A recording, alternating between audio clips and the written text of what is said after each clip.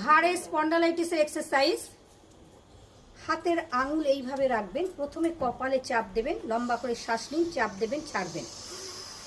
1 2 3 4 5। মাথার উপরে 1 2 3 4 5। ঘাড়ে নিয়ে চলে যাও হাত, লম্বা করে শ্বাস নাও। 1 2 3 4 5। শ্বাস ছাড়তে ছাড়তে হাতকে সরিয়ে দাও। থুতনি 1 2 3 4 5। বাঁ হাত কোমরে, ডান হাতের থাম আঙুল কানের পাশে চাপ দাও। 1 2 3 4 5। ডান হাত কোমরে, বাঁ হাতের থাম আঙুল চশমার হ্যান্ডেলের মতন চাপ দাও, রাখো। 1